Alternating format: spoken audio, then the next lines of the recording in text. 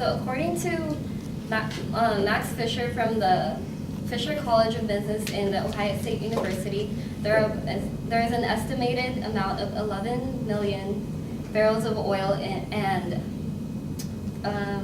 190 cubic feet of natural gas available in the oil reserves of the South China Sea. And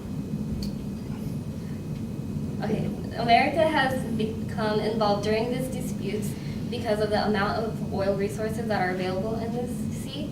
And if their attempt to be involved into this area is successful, then they'll gain access to the oil, which would then lead to lower gas prices here, which is really important for college students because cars are their main transportation.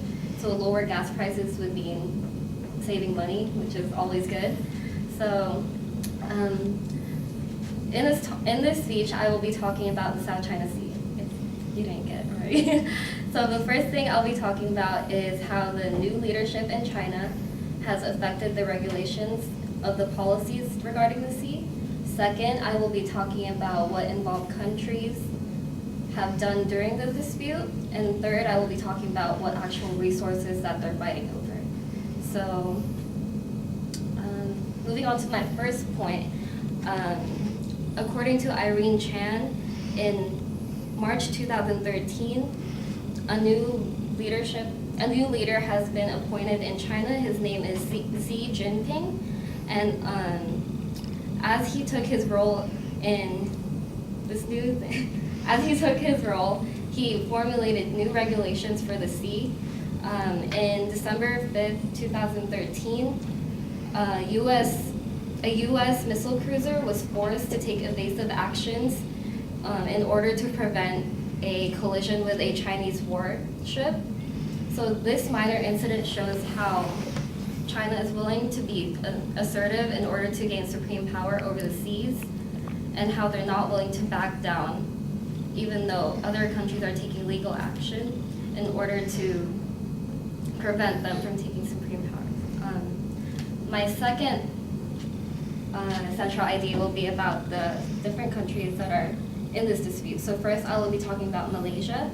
And currently, Malaysia has taken a playing it safe route, and they're actually trying to promote an association which is called ASEAN, which stands for Association of Southeast Asian Nations. So this visual shows how the ASEAN Association is trying to promote unity of the seas instead of just one supreme power having control over these seas.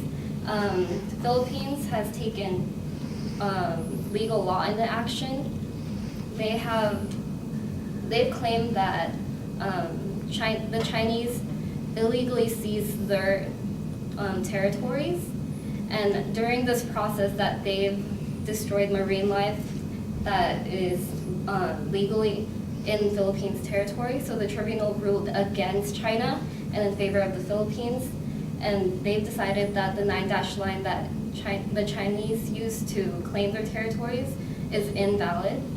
So obviously the Chinese were not happy about this, so they boycotted the proceedings, and they decided not to take into consideration the actions that the tribunals have ruled. So they've stated that they're not going to be following any of the decisions, and that they will continue to pursue their interests.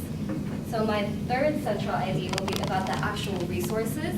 So according to the World Bank, as I said earlier, there are 11 million barrels of oil and 190 cubic feet of natural gas available in these resources. In the Cenozoic layer, there's 0.4 to 0.5 billion tons of oil in these reserves, and in the tertiary layer, there's 13.7 billion tons of oil in that layer. So now we can see how important it is for any of these countries to gain control over the area, so then they'll have complete economic, okay.